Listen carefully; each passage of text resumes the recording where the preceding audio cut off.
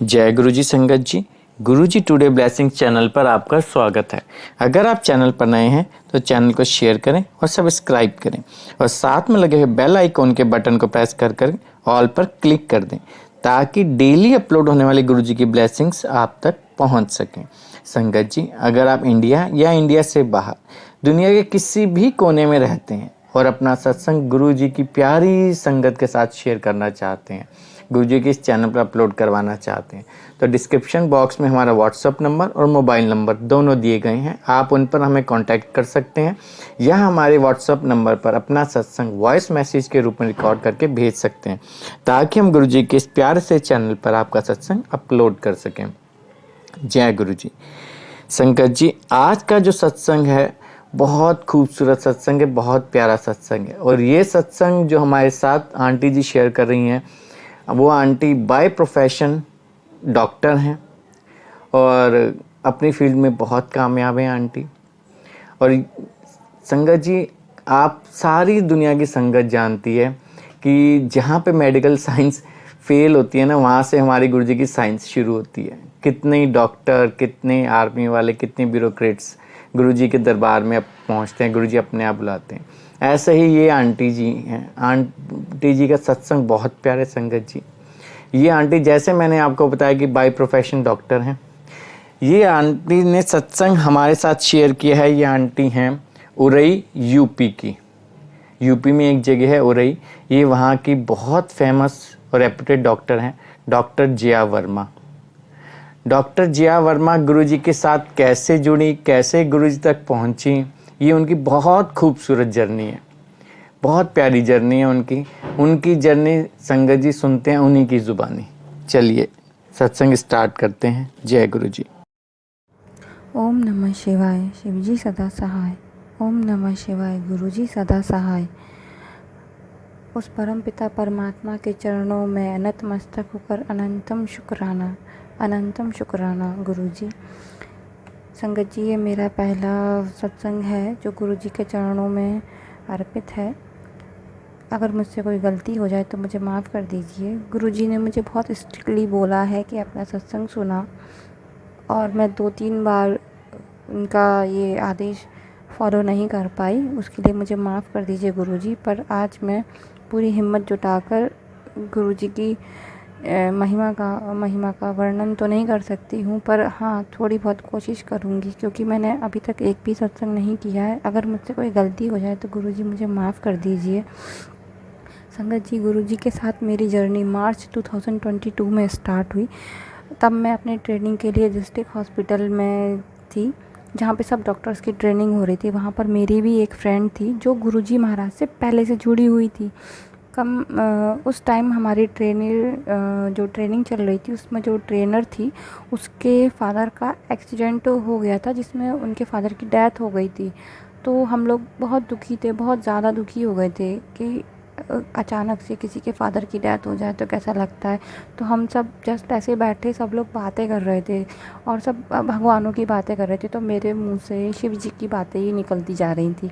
तो जो मेरी फ्रेंड थी, उसको वो चीज़ें कहीं ना कहीं लगी और उसने मुझे गुरुजी के बारे में बताया। तो मैं सबसे पहले तो यही है कि देखो, हम तो नॉर्मल लोग हैं, हम लोग नहीं समझ पाते हैं, और हमने सेम चीज़ की जो बाकी लोग करते हैं कि गुरुजी के बारे में सीधे बोल देते हैं कि हम बिलीव नहीं करते हैं गुरु में। और मेरे भी यही वर्ड थे कि मैं गुरुज में बिलीव नहीं करती। उस टाइम पर थोड़े दिन बाद गुरुजी ने थोड़े दिन बाद उसको फिर मेरी उससे बात हुई, तो उसने मुझे गुरुजी के दरबार की फ़ोटो दिखाई जहाँ पर गुरुजी विराजमान नहीं थे। और जब फ़ोटो में विराजमान नहीं थे, पर उसमें मैंने ध्यान से देखा तो मुझे गुरुजी का स्वरूप दिखाई दिया और महाकाल बाबा के दर्शन हुए। जब महाकाल बाबा के दर्शन हुए तो पता नहीं क्यों अंदर से इतनी बेचैनी हुई, और मैं तुरंत फटाफट वहीं फूट के रोई। और इतनी प्रैक्टिकल होने के बाद भी और मेडिकल लाइन में होने के बाद भी पता नहीं संगत जी, मैं समझ नहीं पा रही थी कि मैं क्यों रो रही हूँ। कुछ नहीं, ठीक है, वो चीज़ें हो गई।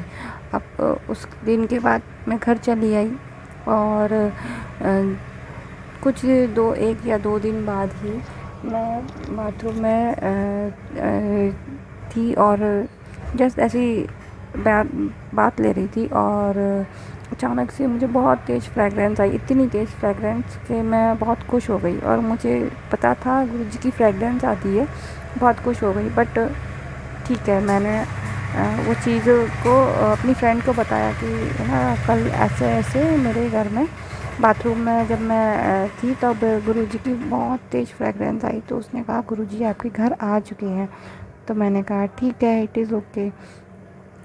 फिर एक दिन ऐसे ही बैठे बैठे संगत जी मुझे गुरुजी के सत्संग सुनने का मन किया। मैंने सत्संग सुना, गुरुजी की शब्द वाणी सुनी, गुरुजी के भजन सुने। अगेन मैं रोई और जब मैं रो रही थी तो मुझे पता नहीं चल रहा था कि मैं रो क्यों रही हूँ। फिर मैंने सोचा कि मैं अपनी फ्रेंड को व्हाट्सएप पे मैसेज करके पूछूं कि भाई मेरे आंसू क्यों आ रहे हैं। देन मैं बस मैसेज टाइप कर ही रही थी, इतने में गुरुजी ने मुझे एक मैसेज एक सत्संग सुनवाया जिसमें गुरुजी ने बताया कि आंसू क्यों आते हैं। उसमें था कि जब एक आत्मा जो काफ़ी टाइम से अपने परमात्मा से अलग है, वो जब अपने परमात्मा को देखती है तो उसके ऊपर जितने विकार होते हैं, क्योंकि आत्मा निर्गुण होती है और उसके ऊपर जितने भी विकार होते हैं, वो जब आत्मा परमात्मा से कनेक्ट होती है तो पहले विकार धुलते हैं जो आंसुओं के रूप में बाहर निकलते हैं संगत जी। तो मुझे ये चीज़ का आंसर मिला कि ये जो मेरी सोल कनेक्ट हो रही है गुरुजी से, तो ये मेरे जो गुण हैं, दुर्गुण हैं, वो धुल रहे हैं मेरे। उसके बाद ही मैं गुरुजी से कनेक्ट हो पाई। फिर मुझे गुरुजी की सत्संग सुनना बहुत अच्छा लगने लगा, गुरुजी से बातें करना बहुत अच्छा लगने लगा। और फिर जब मैं थोड़ा बहुत मुझे लगता था कि गुरुजी की मैं पूजा करूं, और मेरे रूम में तो मेरे जो बेडरूम है उसमें एक भी फ़ोटो नहीं है, ना एक भी कुछ भी नहीं है। इवन जो मंदिर है वो भी नीचे ही शिफ्ट, मतलब नीचे वाले पोर्शन में बना हुआ है जहाँ पर मेरी इन लॉज रहते हैं। और मैं वहाँ पूजा नहीं करती थी, बट मुझे था कि मैं जो स्वरूप है या कुछ भी मैं पूजा करूँ तो वो मेरे रूम में हो, क्योंकि 24 घंटे गुरुजी मेरे सामने ही रहें। और है ना, मैं जब भी पूजा करूँ उनका स्वरूप मेरे सामने रहे।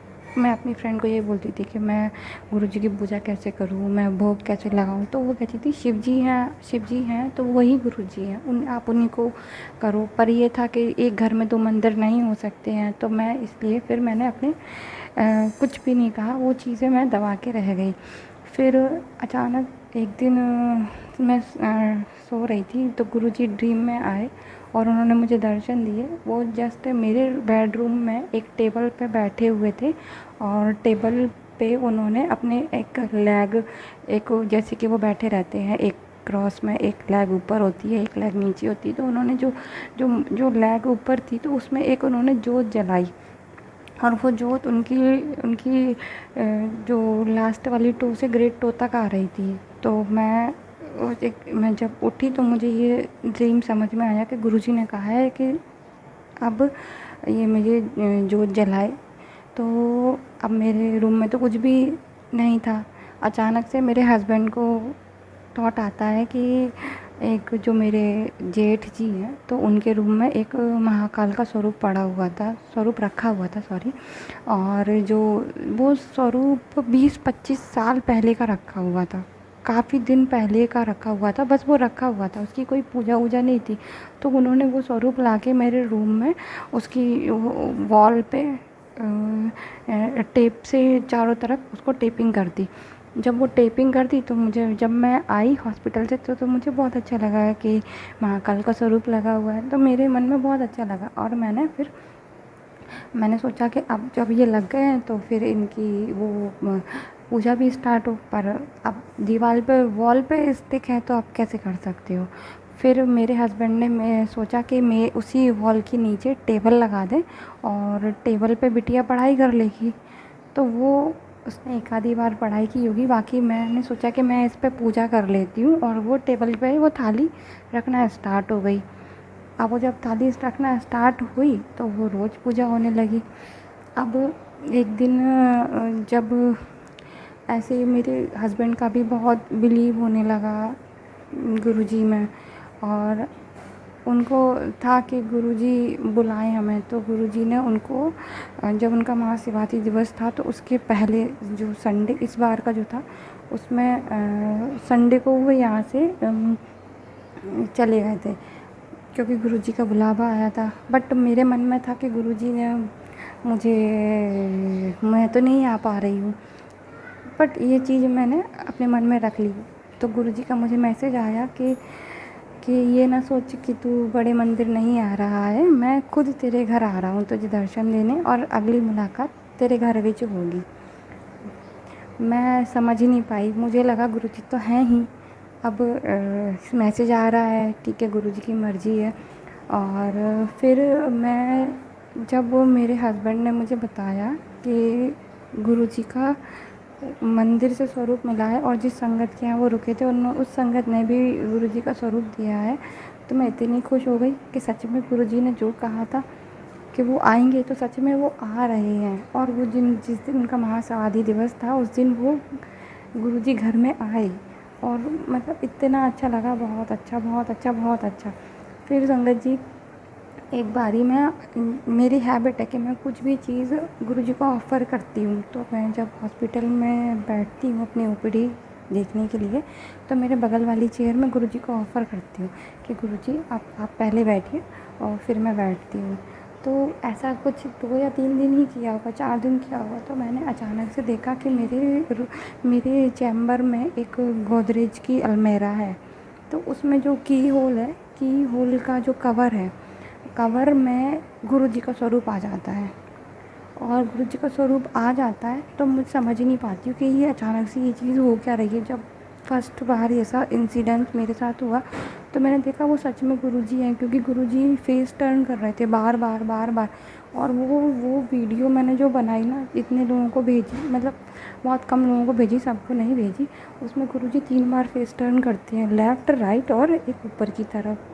तो मैं इतनी ब्लेस्ड समझती हूँ कि गुरुजी आप तो सच में साक्षात मेरे साथ ही हैं, अंग संग रहते हैं। और मैं अब हॉस्पिटल पहुँचने के लिए इतनी जल्दी उतावली होती है कि गुरुजी मेरा वेट कर रहे हैं, मैं जल्दी से पहुँच जाऊँ क्योंकि गुरुजी हैं वहाँ पे। और मैं इतनी ब्लेस्ड समझती हूँ, गुरुजी ने मुझे इतना ब्लेस किया है, हर चीज़ में ब्लेस किया है। रोटी प्रसाद पे पहले ओम आ जाता था, पहले मैं मांगती थी, बट अब नहीं मांगती, क्योंकि वो चीज़ है। अब उससे क्या मांगना, उस परमपिता परमेश्वर से क्या मांगना, उस दाता से क्या मांगना जिसने इतनी सारी ब्लेसिंग्स दी है, वो आगे भी देता रहेगा। गुरुजी की मौज होगी तो वो सब देगा, सब देगा, सब देगा। बट गुरुजी से इतना प्यार मुझे नहीं पता था कैसे हो गया। मैं गुरुजी के बिना अब नहीं रह सकती। गुरुजी मेरे सब कुछ हैं। मैं गुरुजी को, ऐसा हो ही नहीं सकता कि मैं गुरुजी के बारे में 1 मिनट ना सोचूं। इतनी चीज़ें होती हैं कि हर चीज़ में गुरुजी बस। अब तो जो कुछ भी है गुरुजी है, और मैं सच में उनसे नहीं मांग सकती हूँ, क्योंकि मुझे पता है कि मांगना सही नहीं होता है। बस मैं जिस चीज़ को माना है तो उससे मांगूँ क्या। बस संगत जी, मेरा ये जो सत्संग था वो अभी तक जो चीज़ हुई वो मैंने बताई, और मुझसे जो भी गलती हुई है गुरुजी मुझे माफ़ करिए। मैं आपकी बढ़ियाई मैं नहीं कर पाऊँगी। आप इतने महान हैं कि मेरी कोई औकात ही नहीं है कि आपकी बढ़ियाई कर पाऊँ गुरुजी। भूल चूक माफ़ करना गुरुजी। जय गुरुजी, जय गुरुजी संगत जी।